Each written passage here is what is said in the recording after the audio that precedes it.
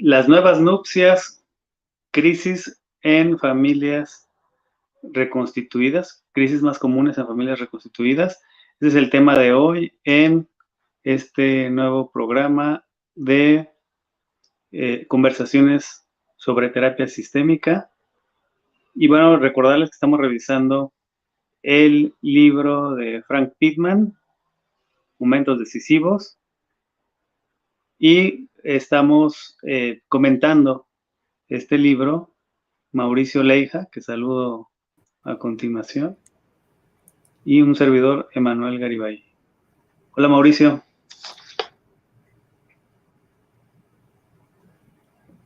Ay, aquí estoy ya. Hola. Sí, no sé, está como más Pensé lento. que no me escuchabas por un momento. No, sí, aquí estamos, Sí. de vuelta. Muy bien, Sí. ¿cómo estás? Bien, muy bien, contento de ir avanzando y entusiasmado de compartir un tema pues de mucho interés, no nada más para terapeutas sistémicos, sino cualquier profesional de la salud mental o de las profesiones de ayuda que le dan importancia a la familia. Sí, realmente es sorprendente que estos temas no sean motivo como de más discusiones o cursos o ponencias en congresos o hasta trabajos de investigación. Así es, sí, falta mucho documentar muchas cosas. Exacto. Sí, que igual iremos señalando conforme avance la presentación qué tema sería bueno investigar, ¿no? Porque Pittman aquí habla sobre su experiencia y entonces eso se puede cuestionar, obviamente, pero pues también lo que él comparte, pues en mi opinión, es algo muy valioso. De hecho, yo siento que los autores que más me han dejado, no solo como terapeuta familiar, sino como psiquiatra, han sido autores que escriben libros de forma ensayística, no tanto así un libro de texto ordenado temáticamente o artículos de investigación publicados en revistas científicas. Es bueno eso para saber qué avances hay, pero así lo que más me ha dejado, que me ha marcado, han sido libros con un estilo ensayístico donde el autor habla desde su punto de vista personal, su experiencia, lo que él ha vivido. Creo que eso deja mucho. Que la mayoría de los autores, a ver, que me corrijan si me equivoco, las personas que siguen esta transmisión, la mayoría de los autores de la terapia sistémica tienden a ser anecdóticos, ¿no? Sí, ajá. Sí, de hecho sería bueno también tener un trabajo con anécdotas de fracasos terapéuticos, ¿no? Sí. Y un poco yo creo que Frank Pittman le gusta hacer ese ejercicio también, ¿no? Hablar de no solamente de sus éxitos, sino también de los retos a los que se enfrenta en el consultorio, de sus Ajá. temores y sus fracasos, ¿no? Uh-huh. Sí. Bueno, pues como ves si vamos dándole a esto para Adelante, adelante. trazarnos. Muy bien. Bueno, esta es una parte de un capítulo que hemos venido revisando pues ya en las últimas 3 transmisiones. Sí. Y este apartado se llama Las nuevas nupcias porque va desarrollando primero el tema del divorcio, las crisis del divorcio, y pues finalmente no podía dejar de tocar el tema de los nuevos matrimonios y todo lo que implica. Y aquí en el pensamiento de Pittman pues sí veo un paralelismo con reflexiones que comparte Minuchin, por ejemplo, en Caleidoscopio Familiar, en donde dice que las familias reconstituidas sí son familias con más predisposición a tener crisis, que eso se me hace interesante porque en algunas sociedades como la norteamericana, las familias reconstituidas ya tienden a ser las más prevalentes, más que las familias nucleares tradicionales, ¿no? Y a pesar de eso se mantiene la sociedad como una potencia mundial. No sé qué va a pasar, porque si la familia es la base de la sociedad y las familias son reconstituidas y son más vulnerables a los conflictos, pues posiblemente esas potencias mundiales estén librando una guerra a otro nivel, ¿no? A nivel de las familias. Bueno, Sí. fíjate, dice Pittman, los profesionales de la salud mental ruegan a la gente que espere varios años antes de volver a casarse, que también dependiendo de la legislación vigente en cada país o en cada estado, hay un tiempo que debes esperar para volver a contraer matrimonio. Claro, puedes juntarte, vivir en unión libre al mes de haber dejado a tu pareja o de haber empezado el proceso de divorcio, pero un matrimonio legal, pues las legislaciones dan un periodo, de manera que, por ejemplo, un ser humano promedio no podría casarse 100 veces en su vida, ¿no? Tomando en cuenta el promedio de vida de los seres humanos en la actualidad. Porque Pittman sí habla del caso de de un amigo de él, creo, que se había casado 10 veces, ¿no? Hasta Sí. que le dio litio y bueno, pues ya le bajó a los matrimonios.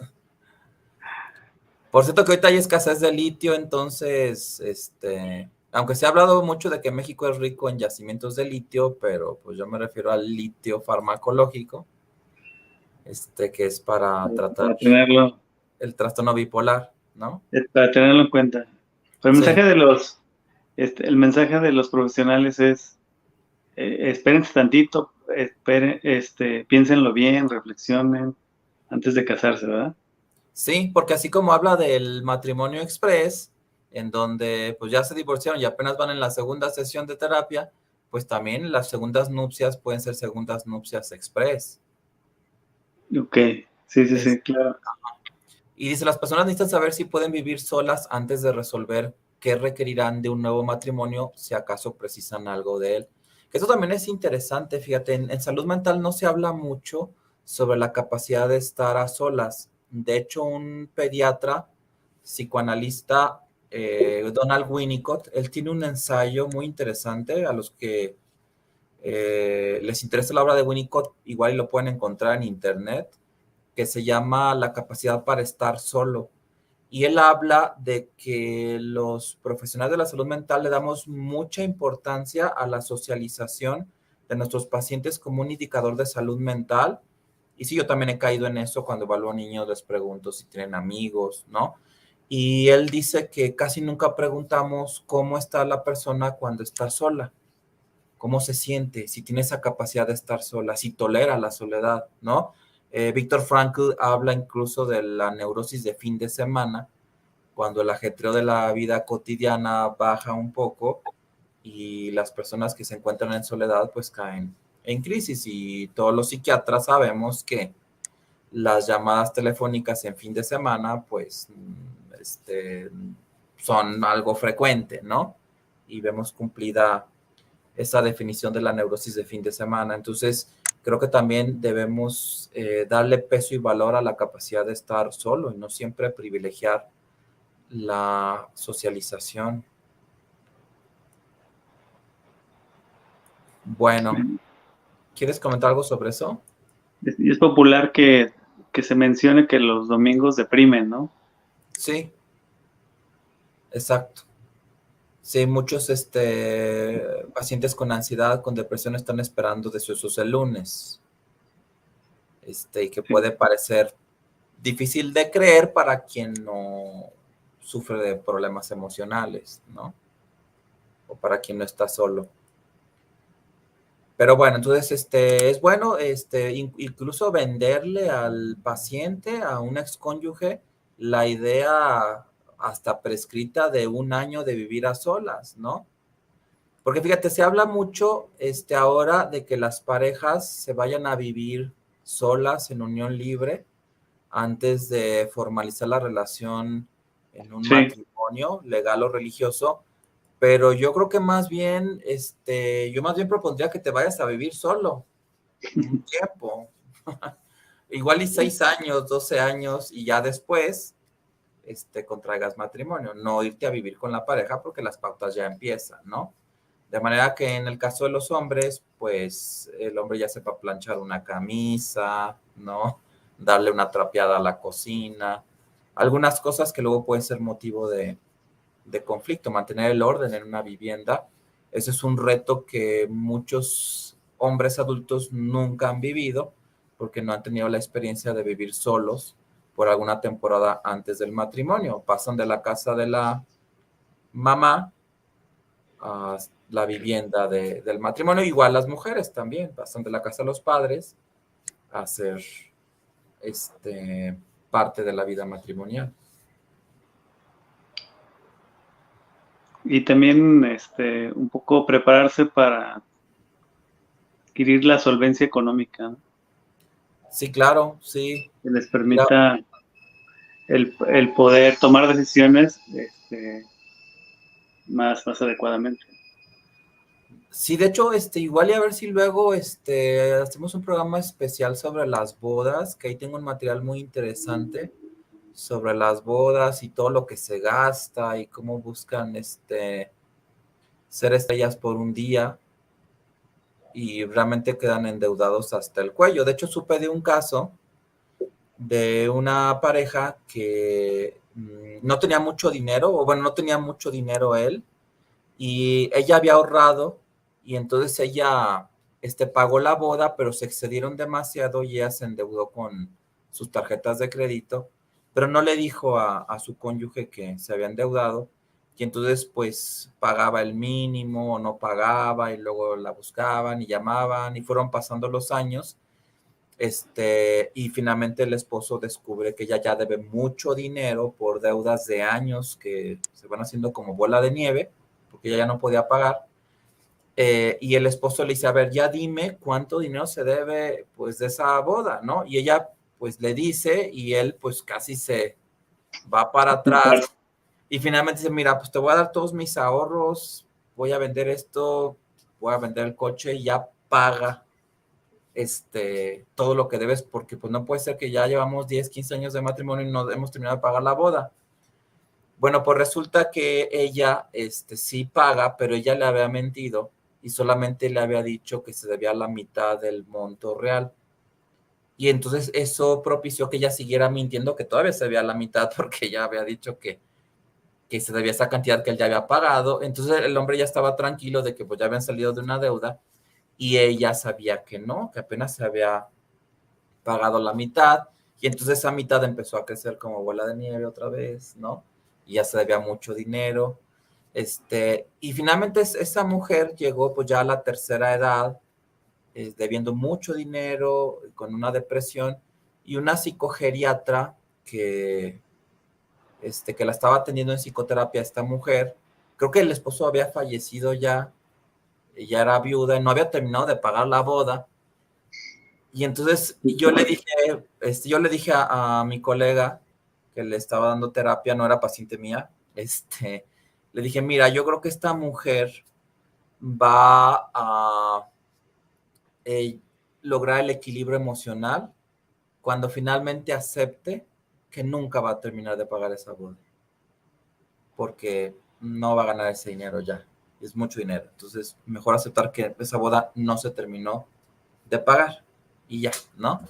Claro, es un caso, Extremo. sí, extremo, pero pues, pasan estas Simplifico. cosas, ¿no? Entonces igual ya a ver si luego hablamos sobre, fíjate, yo he tenido ganas de hablar sobre inteligencia financiera, que ahorita a ver si hay tiempo y platicamos un poco sobre eso, y sobre las bodas. Me ha tocado ver ya en la práctica novias que están más enamoradas de la boda que del novio, del vestido, que si la amiga que se casó hace 2 meses les ganó la canción y esa era su canción. Y bueno, pues ahí yo veo foquitos rojos, ¿no? Bueno, dice, es improbable que quien contrae nuevas nupcias, presa de la desesperación y el pánico porque la soledad le parece insoportable, elija pareja con mayor sapiencia que la vez anterior. Que de hecho él en varias partes del libro, sobre todo en estos capítulos que habla sobre la disociación de la familia, pues insiste en que un segundo, tercero, cuarto, quinto matrimonio tienden a ser más inestables y entonces la posibilidad del divorcio se va incrementando. Claro que puede haber excepciones a ello. Y este comentario también me recuerda a otro caso. Dice, los peores matrimonios son al parecer los de mayor aguante porque incluyen a alguien que cree que el matrimonio es crucial para la supervivencia y que todos deben sacrificarse para mantenerlo a cualquier precio. Que ya había comentado yo el caso de una mujer que quería celebrar su 50 aniversario, Sí, pero no por de felicidad conyugal, sino por años de aguante, ¿no? Y esto que dice Pittman de creer que no se puede sobrevivir sin el matrimonio, aun cuando se sacrifiquen vidas, pues lo vamos a ver más adelante. También está el tema del abuso sexual, que puede ser tolerado en una familia reconstituida cuando la madre o el padre piensan que no pueden sobrevivir sin la relación matrimonial, ¿no? Y entonces, yo creo que todos hemos sabido de casos en donde un progenitor se entera del abuso y finalmente no hace nada, no se da la ruptura. Y bueno, de hecho hay intervenciones de Chloe Madanés, ¿no? Para manejar ese tema del abuso que lo supo un progenitor y que se quedó sin hacer nada y, y que es necesario hacer como una reparación, ¿no? Ciertos rituales que ahorita también no es tema de esta videotransmisión y en algún momento lo podemos tocar, pero que al niño abusado pues sí tiene esa necesidad de que haya esa reparación en un ritual. sí. Lo que yo he visto es que eh, las generaciones anteriores acusan a las nuevas generaciones de que se separan muy rápido en sus relaciones, pero o sea, las nuevas generaciones acusan a los de las generaciones anteriores de que se mantenían los vínculos un poco así como lo menciona Pittman, ¿no? Ajá, Por sacrificio o por aparentar. exacto, sí. Entonces, pues sí es como una lucha generacional ahí. Sí, pero pudiera ser que, digamos, el matrimonio de los padres de adultos jóvenes sea un matrimonio de 50, 60 años, que haya sido un matrimonio infernal, como decía Jay Haley, y que fue un matrimonio de aguantar, de sacrificarse, y que finalmente esos hijos adultos, cuando contraen matrimonio, pues aparentemente ellos ya no van a caer en eso, y a lo mejor ellos también tienen un matrimonio infernal, pero en la edición 1, edición 2, edición 3, edición 4, edición 5, ¿no? Porque pues algo en lo que insiste Pittman es que el divorcio no rompe muchas veces las pautas. Entonces también pueden tener una vida de insatisfacción conyugal, pero con múltiples matrimonios, porque creo que el terapeuta de familia tiene que ser más escéptico en cuanto a qué es lo que realmente va a generar un divorcio. Y de hecho Pittman lo dice y creo que lo habíamos comentado, el terapeuta tiene que ayudarle a sus clientes a entender lo que ellos están comprando al divorciarse, ¿no? Por la idealización del matrimonio. Muy bien. Bueno, y fíjate, esto es interesante también. No lo dice todo el mundo. El matrimonio no es para todos. Hay mucho que decir en favor de la idea de que todo aquel que se divorcia debería someterse a terapia antes de volver a casarse. De hecho, James Dobson, él dice que es mejor ser soltero y no ser feliz que estar casado y no ser feliz, ¿no? Como que mejor te hundes tú solito o tu infelicidad solamente tú la llevas a formar un sistema familiar que se está tambaleando, ¿no? Y donde empiezan a llegar criaturitas. Y bueno, también esto habla de lo que ya había señalado hace unos segundos, de cómo la disolución del vínculo en un divorcio, pues puede no romper las pautas y tampoco no cura un trastorno de personalidad, ¿no? si es que ese trastorno de personalidad hace que uno de los excónyuges pues haga elecciones muy complicadas en cuanto a la pareja. El nuevo matrimonio ni siquiera marca el fin del anterior, tan solo viene a complementar una red familiar ya compleja. O sea, el sistema se vuelve más complejo. Y de hecho, terapeutas muy valientes o muy osados, que incluso algunos hasta llamarían trogloditas, pues resulta que sí les da por citar al excónyuge y a la nueva pareja, ¿no? Hay un caso que comenta de una pareja que se divorcia, la mujer adquiere matrimonio de nuevo y resulta que el ex esposo cuando se emborrachaba decía que se iba a suicidar, entraba en crisis, le marcaba a su expareja y ella buscaba ayudarle y entonces pues iba a apoyarlo porque no quería que él se suicidara aunque él ya no fuera su pareja. Y obviamente al esposo actual pues no le parecía que su esposa fuera a buscar al excónyuge porque se iba a suicidar, ¿no? Y Pittman dice que en ese caso él citó a los tres. A ver, señores, aquí tenemos que hacer algo quirúrgico, ¿no? Una conyugectomía o exconyugectomía, cortar para que sea más viable el sistema. Entonces, es una ilusión creer que se corta de tajo con la anterior relación. Realmente se va haciendo un sistema muy, muy complejo, sobre todo si hay hijos. Pittman dice que si no hay hijos en el matrimonio, que podría decir que es raro, a lo mejor ahí sí se puede aspirar a un divorcio verdadero con todas sus letras. Pero si hay hijos, como esos hijos, pues finalmente van a seguir siendo engendrados por la pareja y seguramente van a sobrevivir a la pareja, pues finalmente ahí sí aplica de que la relación persiste de uno u otro modo, bonita o fea, hasta que la muerte los separe.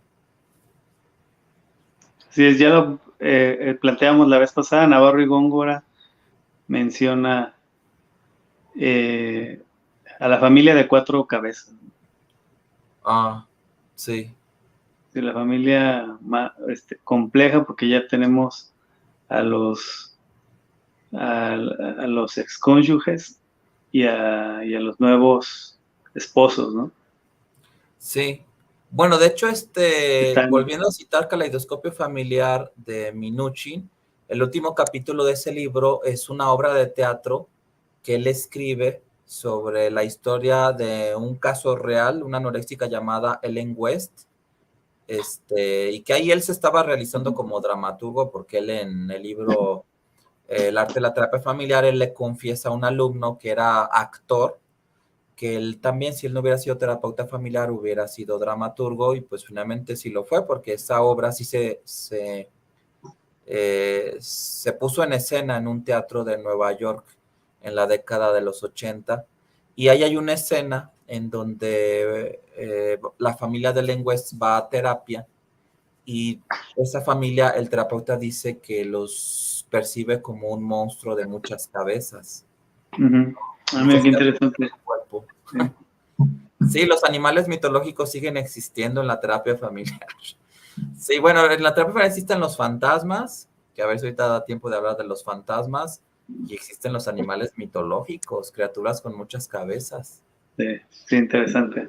Si les gusta la mitología, pues igual la terapia familiar te va a ir sentando bien, ¿no? Bueno, y bueno, esto es interesante y yo aquí por eso me pregunto, bueno, ¿qué va a pasar con estas sociedades, estos países del primer mundo formados por familias reconstituidas y que finalmente no tienen un ejército de terapeutas familiares? Que realmente nadie lo tiene, ¿no? Aunque aquí en México el presidente ha dicho en varias ocasiones, cada que tiene chance lo dice, que la familia es la institución de seguridad social más importante del país, y pues estoy de acuerdo con eso, pero ¿dónde está el honorable cuerpo de terapeutas familiares desfilando, ¿no? El 1 de mayo o el 16 de septiembre. Entonces no hay esa parte de eh, destinar recursos para la terapia familiar, aunque sí se valora a la familia como fuente de apoyo y seguridad. Pero bueno, dice Pittman, las familias reconstituidas son por naturaleza desordenadas y vacilantes, y estas familias son difíciles de manejar en tiempos de crisis. Entonces, mi teoría es que si las familias reconstituidas tienen estas características, pues la sociedad también los va a tener, y entonces a mí no me cuadra que una sociedad formada por familias reconstituidas en su mayoría sea una sociedad del primer mundo. No sé, no soy sociólogo, no soy antropólogo, no sé cómo le están haciendo, o no sé si eso va a hacer que caiga un imperio, que va a pasar de todos modos, ¿no? En algún momento Estados Unidos, a lo mejor nos va a tocar verlo en vida, ya no va a ser la primera economía del mundo. Y una pregunta interesante, temas de tesis, es si tiene que ver el hecho de las familias, que son la base de la sociedad. Y no estoy estigmatizando a las familias reconstituidas, no, simplemente estoy de acuerdo como terapeuta familiar en que sí son familias más vulnerables, más susceptibles a los conflictos. Se puede hacer todo un tratado. De hecho, me da la impresión de que cada capítulo que leemos de Pittman está como para hacer un tratado con varios tomos, ¿no? Sí, sí, sí, yo pienso que hay también un esfuerzo por este, hacer unos protocolos muy sencillos, muy fáciles para los profesionales, ¿no? Ajá, sí, Pero que se puede hacer tratados extensos. exacto, sí. Sí, bueno, a mí se me hace muy interesante todo esto que dice. Y bueno, él habla de 7 áreas problemáticas. Sabemos que le gusta mucho el número 7 a Pittman y no desaprovecha Sí, la oportunidad para señalarlo. 7 áreas problemáticas de las familias reconstituidas que vale la pena tenerlas en cuenta para alguien que hace terapia familiar, porque bien podría uno hasta imprimirlas y tenerlas ahí a la mano e ir palomeando en una entrevista cuando se evalúa una familia reconstituida. Y creo que las familias reconstituidas tienen que ser un tema de interés para todo terapeuta familiar, ¿no? Sobre todo en estas sociedades desarrolladas, entre comillas, en donde tienden a prevalecer. Porque ya la familia nuclear típica tradicional, de mamá, papá, hijos, pues ya está siendo un fenómeno raro, y entonces pues tenemos que dar ese salto cuántico a este tipo de configuraciones familiares más complejas. Bueno, primer área problemática, hay un progenitor biológico, es decir, la mamá o papá biológicos fuera de la unidad familiar reconstituida, es decir, la mamá o el papá que engendraron a las criaturitas ya está fuera del sistema, pero hay un adulto del mismo sexo, o sea, un padrastro o una madrastra en el hogar. Entonces ya, primera área problemática, ¿no? Padre biológico fuera de la cancha o madre biológica fuera de la cancha y padrastro o madrastra.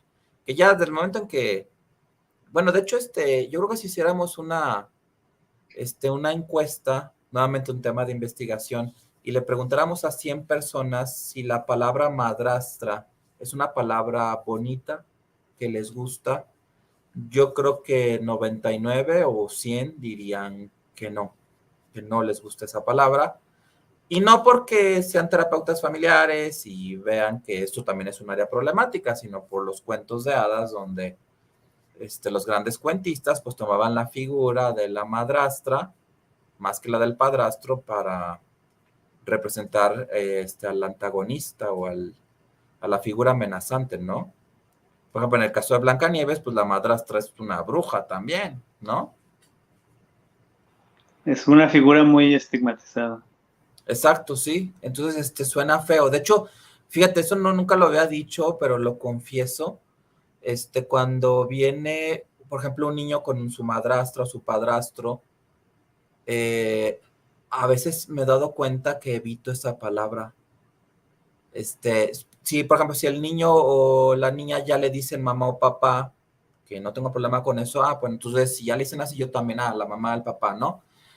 Pero sí me he dado cuenta, no lo hago en todos los casos, pues sí me he dado cuenta que yo trato de evitar usar la palabra porque siento que se van a sentir incómodos con la palabra madrastra o padrastro, ¿no? De todos modos, creo que un terapeuta familiar tiene que lidiar con la incomodidad que te genera incomodar al otro, ¿no? Minuchin decía que él se sentía cómodo presionando a los demás y sintiéndose presionado por ellos. Entonces yo creo que eso es un proceso, no totalmente superado en mi caso.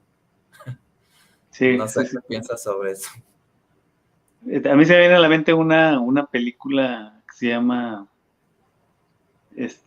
Guerra de Papás, creo que es Ajá. y que trata de este, cuando el padre biológico regresa y se entromete en la relación que tiene el padrastro con los hijos. Ujú. Y Ah, entonces hay como un duelo ahí de una rivalidad que se convierte en una comedia, ¿no? sí. Es muy interesante también, vamos a hablar un poco sobre ese tipo de crisis, ¿no? Bueno, a ver, punto número 2, la mayoría de los hijos siguen perteneciendo a dos hogares. De hecho, muchos niños que son hijos de padres divorciados, pues resulta que tienen una habitación en la casa del progenitor que se quedó en la vivienda y a veces llegan a tener otra habitación en la casa del cónyuge que no vive con ellos, ¿no? Entonces tienen dos cuartos. Me ha tocado conocer niños que tienen ropa en las dos casas, que a veces lavan la ropa en una, a veces lavan la ropa en la otra. También tienen cepillos de dientes aquí, cepillos de dientes allá, y prácticamente viven en dos hogares, ¿no? Incluso ya hijos, ya grandecitos, a veces hasta les cuesta trabajo cuando les preguntas cuál es su domicilio. Le batallan para saber cuál es su domicilio. Porque me ha tocado conocer familias en donde sí se han esmerado porque un hijo pasa el 50% del tiempo exacto en casa de uno de los excónyuges y el 50% en la otra casa. Obviamente eso es un gasto de dinero increíble porque el niño tiene que tener el doble en esas dos casas, ¿no? Lo que a mí me ha tocado ver es que los padres se esfuerzan por tener un solo hogar y los Mm. que se van rotando, o sea, los que van entrando y saliendo del hogar son los excónyuges. Entonces, por ejemplo, cuando le toca estar con el niño a la mamá, se va a la casa y sale el papá y viceversa. Ok, Los que sí. entran y salen, son los padres de familia y cuando les preguntan, bueno, ¿y por qué hacen eso? Es porque piensan que eso le va a dar mayor estabilidad al niño. Ujú. Sí, sí, claro. Sí, siempre se subestima la capacidad del niño para percibir y enfrentar la realidad. Es más, yo digo que casi siempre se subestima. Por eso es que Carl Jung, Melanie Klein, pues ellos decían que realmente si pudiéramos entrar en esa mente infantil, nos aterrorizaríamos al darnos cuenta de todo lo que un niño es capaz de percibir y comprender, ¿no? Que a veces tengo aquí un niño jugando en el consultorio y los papás piensan que el niño, por el hecho de que está jugando a 1 metro, 2 metros, no está escuchando lo que estamos hablando. Y bueno, pues yo no sé, pero no sé por qué los papás creen eso, es muy común, que creen que si el niño está como distraído o hace que está muy embebido jugando con un carrito, no escucha lo que dicen los adultos. Yo cuando era niño, yo lo recuerdo bien, y yo estaba jugando con un carrito, yo sí te escuchaba lo que decían los adultos, ¿no? Claro que no me ponía así, evidentemente así como parando la oreja para ver qué decían, pero yo sí recuerdo que cuando yo jugaba, no estaba tan embebido en el juego, también estaba con un ojo al gato y otro al garabato, entonces digo, pues si yo lo hacía, pues asumo que muchos niños también, ¿no? Pero muchos papás no, inocentemente creen que si el niño está como muy embebido en el juego, que el niño ni siquiera está escuchando, ni está prestando atención, ni nada, y pues no, el niño está registrando todo y luego se sorprenden cuando el niño saca con lujo de detalles temas de una conversación en donde ellos ignoraron que el niño la captó, ¿no? Entonces, no hay que subestimar la capacidad de los niños para percibir la realidad familiar o su inteligencia. De hecho, me atrevo a decir que a veces la perciben mejor que los propios padres y hasta el terapeuta familiar puede tener en el niño un coterapeuta, un aliado para tener más información. Sí. Entonces, al revés, ¿no? Bueno, tercer punto o tercer área problemática, el rol del padrastro o madrastra es imperfecto. Pues sí, claro, ¿no? Sí es difícil ser padre. De hecho, Minuchin en su libro Familias y Terapia Familiar, pues dice que ser padre es una tarea increíblemente difícil. Dice que nadie atraviesa el proceso incólume y nadie lo desempeña a su entera satisfacción. Habla de ser padre. Ahora, si le preguntáramos a Minuchin y el papel de padrastro, pues todavía más imperfecto, ¿no? Porque muchas veces lo que me toca ver en la consulta es que la madrastra o el padrastro no tienen claro de cuál es su rol. No saben si son como amigos o si tienen cierta autoridad, pero no pueden regañar. Nada más la mamá los puede regañar, entonces cuando se quedan nada más con el padrastro hacen lo que quieren, y bueno, es muy, muy complicado, realmente la tienen más difícil ser madrastra o padrastro, ¿no? Que de hecho no hay ningún cuento de hadas en donde la madrastra o el padrastro sea el protagonista y muestren cómo también tener ese rol puede ser una verdadera pesadilla, ¿no? Y para los que quieren escribir cuentos, pues igual escribe el cuento de una madrastra o de un padrastro, pero que sea el protagonista, que sea el bueno de la historia, el que es víctima de las circunstancias. Comúnmente están atrapados en un doble vínculo, ¿no? Exacto, sí. Las padres biológicos o las madres biológicas les dan el mensaje de quiero que me ayudes con mis hijos, pero Pero por otro detrás lado de la malla, sí. por otro lado les dan un mensaje contrario, ¿no? Y entonces están atrapados en esa paradoja, ¿no? Sí, porque las mamás no me saben decir lo que el padrastro puede hacer y no puede hacer. Entonces, si a mí no me queda claro como terapeuta, pues a ellos tampoco, ¿no? Claro. Bueno, punto número 4.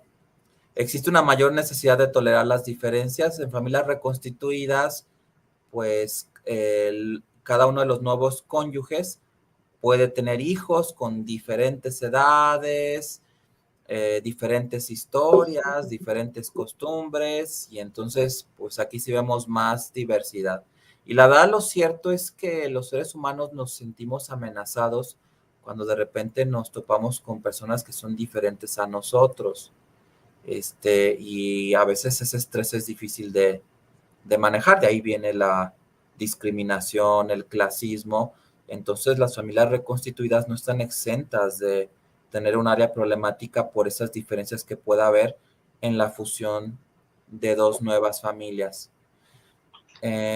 Quinta área problemática, las relaciones entre padrastros o madrastras e hijastros son nuevas y no han sido puestas a prueba y no tienen esa fuerza de la sangre que puede tener un vínculo biológico. De manera que también aquí hay una indeterminación y pudiera haber una incompatibilidad muy grande entre el temperamento, la personalidad del padrastro o de la madrastra y los hijastros, porque pues hay relaciones muy compatibles y hay relaciones muy incompatibles y esto viene a ser como una tómbola. Entonces también aquí se le deja al azar una parte importante del destino de las relaciones familiares. De hecho, aún en familias biológicas, aún así me toca conocer familias en donde no son familias disfuncionales, no son familias patológicas, pero sí alcanzo a percibir que no son tan buena combinación. Es decir, no hacen tan buen trabajo en equipo, pero pues no pasa nada, ¿no? Hay familias que sí, que hacen muy buen equipo, que se coordinan muy bien, que bromean entre ellos, que mantienen complicidad, que se divierten, que disfrutan la compañía de los otros miembros de la familia. Hay familias que no, pero tampoco son familias patológicas, ¿no? Como que a veces no son tan compatibles y a veces los miembros prefieren convivir con otras personas que no son parte del grupo familiar. Bueno, en una familia reconstituida, eso puede ser más acusado. 6, los hijos tienen por lo menos un par de abuelos adicionales. que ya más adelante Pittman dice que luego esos abuelos adicionales, si son ricos y van a dejar un testamento, pues puede haber problemas si ves tu abuelastro o tu abuelastra, ¿no? Y te sacó del testamento, que también es área problemática, ¿no? Tener más abuelitos que otras personas. Y 7, los arreglos económicos adquieren muchas concomitancias emocionales. Sí, también un tema para hacer todo un curso. Pero sabes que ya llevamos 40 minutos y no vamos a acabar, Emanuel. Entonces, pues Si yo creo que quieren, nos vamos a lo seguir. dejamos, ¿no? Ajá, porque siguen las crisis específicas en familias reconstituidas. Y un caso que te decía yo antes de empezar la transmisión, que ya no íbamos a alcanzar a ver, pero pues ya no alcanzamos a ver Podemos dejar el caso también para la próxima vez. Pues sí, porque bueno, ya hemos dicho, o sea, sí me siento presionado con el tiempo de que no acabamos, pero pues la idea es ir disfrutando los temas, ir platicando, recordando casos. No Sí, sí, llevamos, yo pienso que aunque no nos hay una tome 10 prisa de años terminar. revisar a Pitman, no pasa nada, ¿no? Podemos revisarlo todo el año, Hitman. Sí, sí, bueno, yo no llevo prisa. Igual y si viene otra pandemia, lo revisamos con más calmita, desde el encierro, ¿no? Sí, Este, yo pienso que a veces nos quedamos cortos, más bien, ¿no? Que podríamos profundizar un poco más. sí, exacto. Y Sí, entonces, bueno, sí, los que siguen las videotransmisiones no nos dicen lo contrario, pues podemos irnos despacio. a ver qué nos dicen. Bueno, Cristina manda saludos desde Puebla. Saludos, Cristina. Psicoterapeuta Laura Sánchez Chávez. Conozco a una psiquiatra llamada Laura Sánchez. No sé si sea ella. A lo mejor no. El Yo genograma también podría tengo ayudar a esa ver otra. si hubo cadena de abusos o los padres vivieron abusos. Bueno, creo que es una afirmación. El Linares habla de genogramas abigarrados y barrocos en familias multiproblemáticas, que generalmente son familias reconstituidas, ¿no? Con muchos cambios de ámbitos familiares. Entonces, sí, el genograma sí puede ayudar y puede generar intensidad. Yo usé muchos años el genograma prácticamente como una técnica para generar intensidad. Y ya lo perdí, creo que simplemente por el hecho de que no tengo un pintarrón aquí. Pero bueno, igual y lo voy a poner en la lista de compras. Bueno, Cristina Romero dice, hay un dicho que dice que es mejor estar solo que mal acompañado. Bueno, por lo que decía de James Dobson de que es mejor ser soltero y no ser feliz que estar casado y no ser feliz. Elías Fernando, ¿sería correcto decir que la familia elemental posee un sistema inmune más competente? Pues pudiera ser que sí, si lo comparamos con el sistema inmune. Creo que puede la familia tener más solidez o más lealtad entre sus miembros, cosa que no siempre vemos en familias reconstituidas. También todo un tema, el asunto de la lealtad. Diego Sánchez, creo que tengo TDAH, ¿qué hago? Busca ayuda especializada. Laura Sánchez, felicidades, aprendo mucho escuchándolos. Bueno, Laura, gracias. Saludos. Bueno, pues nos vamos, Emanuel. Gracias por tu tiempo. Ok, sí, nada más quiero recordar que para Ah, la sí, es cierto, sí, es próxima, cierto. Sí, es cierto, qué bueno. el Ajá. próximo miércoles, recordamos que hay una videotransmisión especial. Estamos celebrando 15 años de una asociación en Guadalajara que se llama Oxigen, Servicios Múltiples para la Familia AC. Y bueno, nos han invitado a inaugurar el programa de actividades y lo inauguramos con un tema especial que vamos a tener para el siguiente miércoles, que es sobre el aprendizaje, digo, la enseñanza y el aprendizaje de la terapia familiar. Ajá. Muy bien. Bueno, pues entonces están todos invitados. Los Muy bien, esperamos y estaremos al pendiente de sus comentarios. muy bien, gracias. Cuídense mucho, nos vemos la siguiente semana. Bye. Bye. Saludos desde Bolivia, Santa Cruz. Bueno, saludos a Bolivia desde México. Bye.